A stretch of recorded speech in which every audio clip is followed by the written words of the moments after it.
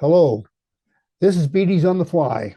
Today, we're doing a fly of the month for Fly Fishers International. It's a fan wing ant. I'm Al Beatty from Boise, Idaho, and my wife is helping me today by switching cameras and so forth. The fly we're doing today has a really important point. Here it is. It's the fan wing ant. We're going to show you a way to take a stiff material like squirrel tail and add motion to your fly. Let's take a look at the recipe to start out. We've got a salmon and steelhead hook. In this particular case, this is a size 7 partridge. The thread that we're using is white and red. We're going to put in a silver tinsel tag. The tail is red pheasant. The butt is peacock. The body is red floss. The wings is squirrel, and we'll fan those. And the cheeks are jungle cock. And of course, the thread will be the head. Now, we're going to be following the lesson plan that you can download from Fly Fishers International website, flyfishersinternational.org. Anyway, and the picture you see on the front is the same one we saw just a moment ago on our roadmap fly. I'm going to run over to the materials here, and we'll take a look at them. There's way too many here for us to go through. Start with putting my thread from here over to the vise area. There we go. And I'm going to need the tinsel for the tag in the first part. You can follow along in the steps in the handout that you downloaded off of the website. I want you to notice that I've attached my thread right in line with the middle of the hook point. I put it on with about 4 turns. I'm going to take some Danville size 14 mylar tinsel and tie that on silver side up on top of the hook. 3 tight turns. And now I will start wrapping towards the bend of the hook with 5 turns. That's 2, 3, 4, and 5. Returning to my starting point.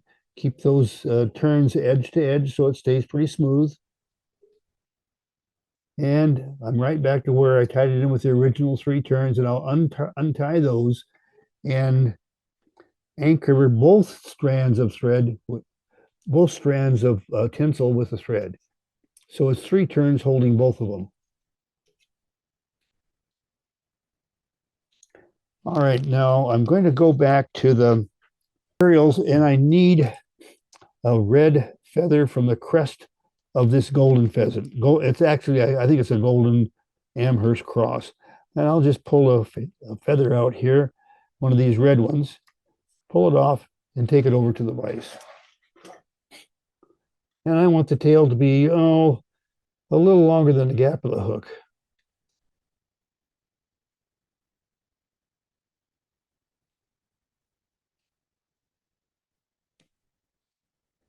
There we go.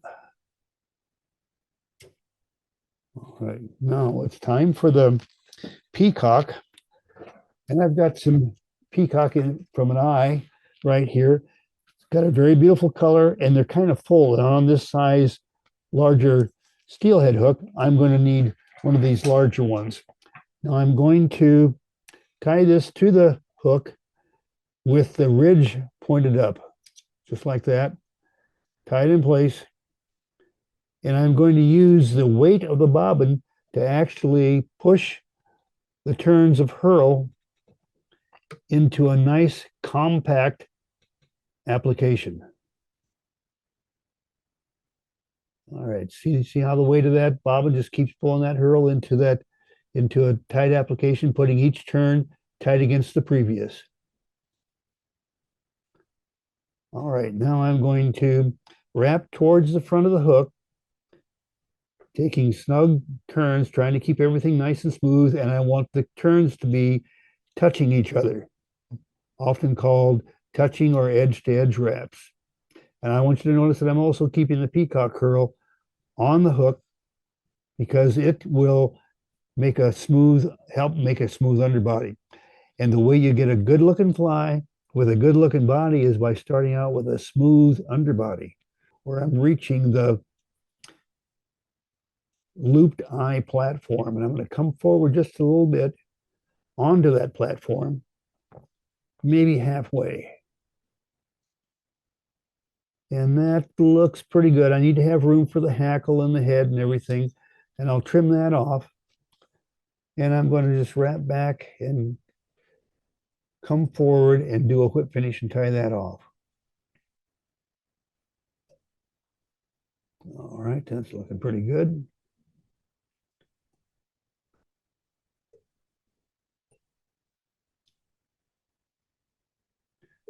Snug up that whip finish knot. And that's what it is a knot. It's been snugged up. And now I am going to use a thing called nylon stretch from Danville. And it's a type of floss. It always lays flat though, so it feeds well off of a bobbin. If you're going to use regular floss, then you're going to want to tie it in at the front with the white thread, wrap all the way to the back and then back forward over. I'm doing the same thing though, but I'm using a bobbin. And as I said, this is nylon stretch and it does not get twisted. Even though it's coming off of a bobbin, it lays flat. Now let me trim that.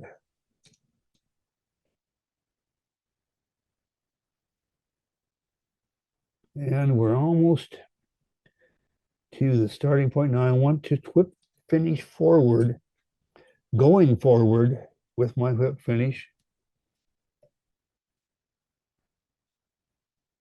Whoops, it slipped there. I don't want to do that. Okay.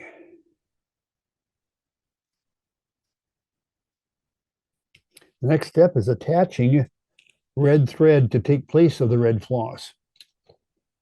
And I'll just attach that on right at the front here. And we need to go back to the materials now and take a look at, the next item is, instead of using a pheasant body feather that the original called for, I'm going to use the soft hackle from the breast of a chicken. And I'm going to show you why here in just a moment.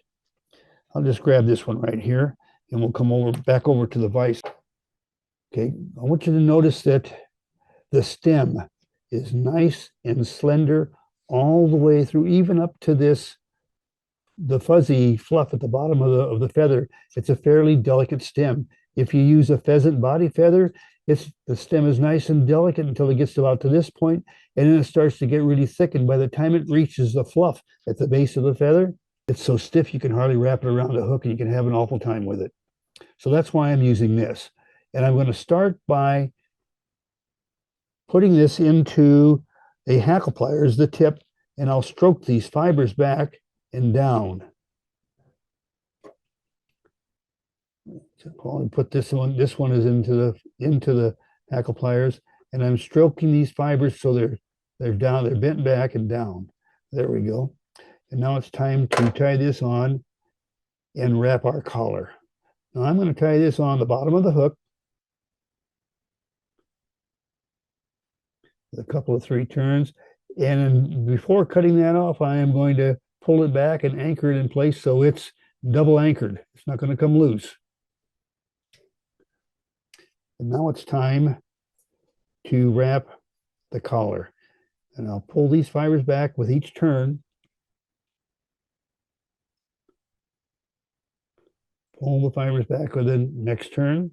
And I think I'm going to want about 1 more turn of hackle, and that'll be just about it. Pull them apart, pull them back. There we go. They were starting to slip forward, and I didn't want that to happen. There we go. Now I'll trim that after. I better tie it off before I trim that. All right, now I'm going to pull all these back and wrap a thread application that binds in that bent back hackle, and it wraps up against the collar, just like that.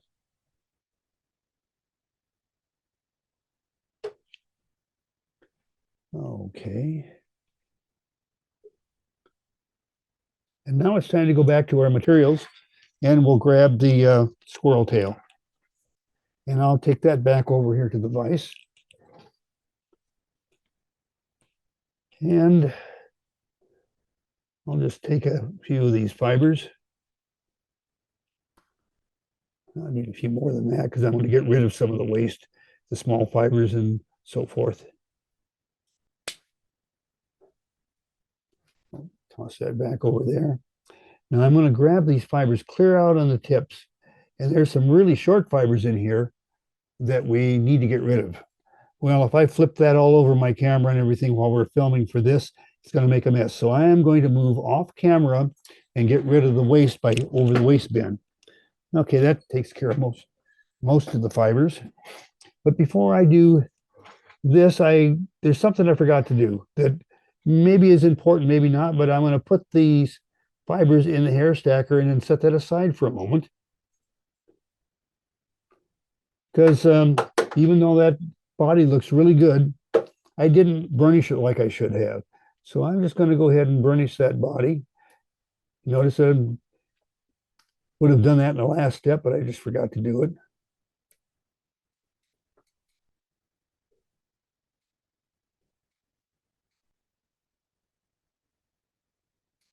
There we go. That'll shine it up just a little bit. And now I'm going to get ready to stack my hair and tie it in place. First, I want to grab a hold of the butt ends of that hair, and I want you to notice the short ones that are popping up there. Well, I'm going to get rid of those. They didn't come out the first time around. They're going to come out the second time around because I only want the longer fibers. A little easier to control them. And I'm going to set these in right here so that they come to the back, just past the end of the hook.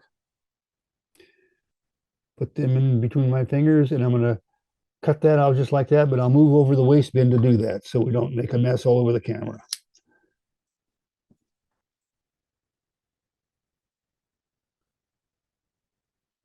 All right, here we are really bailing into it. I'm really getting into that. And I want you to notice that the lesson that we're sharing with you today is that there's no wiggle in that at all. You get that into the water column and stripping it back to your rod after you made the cast, and it's just going to go through the water. There's no motion.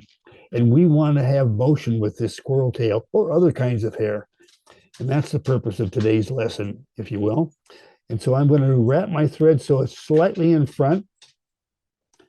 I'm going to bring the thread to the offside. And we're going to kind of imagine there, using our imagination. There we go. Using our imagination, we're going to divide this into about 4 clumps. I'm going to bring the thread through and bring it back forward in front again. So we've gone from this side over, through, and back around, and it's crisscrossed over the top. Now we're going to come back to the offside again, and we're going to come a little bit higher into that bundle of hair and separate it again. And come in front. Remember, we're coming from this point in front of the application. If you try to do it back here, it'll bend the wing over to the side. So you come from what we call a pull point right here in front of the application of hair. Okay, the third one. Now, as I get further into the bundle, I have to relax the tension on the thread just a little bit. You see how it's starting to fan up there a little bit? Well, I want just a little bit more fan right in here. And so I'm going to do one more of these. I better just, there, oh, that's not quite enough. I need to get that divided in half. There we go. We're coming right through it.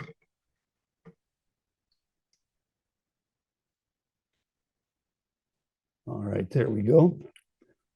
And now it's ready for the next step. We've got that pretty well fanned out. You see what'll happen now as that goes through the water, it'll collapse and pop back open as you, during the pause part of the retrieve, it'll pop open, and during the strip part of the retrieve, it'll be bouncing up and down like that. Puts a lot of good motion into the water. Okay, well, I'm going to go back to the materials. And we are going to be selecting a couple of nails from this jungle cock cape. Well, rather than pick through this and waste your time, I thought I just, this is very difficult to get right now. And another option is to buy the packages of manufactured jungle cock eyes. Is it just as good? No, it's not. But if you're tying a fishing fly, it may not make any difference. If you're tying a presentation fly, you very definitely want to invest your dollars in the jungle cock. But let me get back now over here because I've already got a couple already selected for me, and I've got them right here. It's 2 feathers, and they're about the right size that I want. And I'm just going to start by, I'll lay this feather down, and we're just going to come up here. I want you to notice, let's see right here. If I go that way, it's a little, well, that looks pretty good though, actually. I think what we're going to do is, you notice we've got 2 white spots. We got a white spot here, then a little thin white vein between it, another white spot, and then another thin one. Well, we've got a choice of either tying it on short, right there like that, or longer, like that. And it's, I can't decide, so I'm just going to do it longer. And I'll just tie that in place.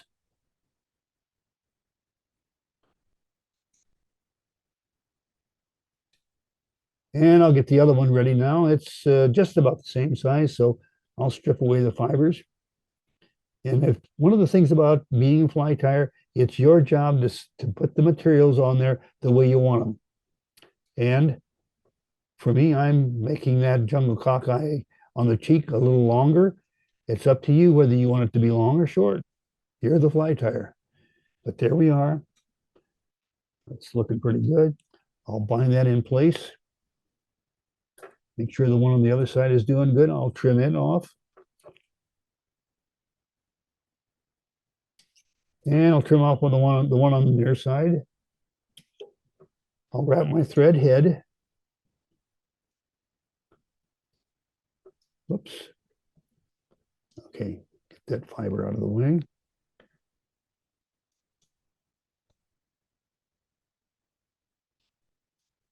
Now, a lot of people have trouble with the squirrel tail pulling out and they glue it when they tie it on.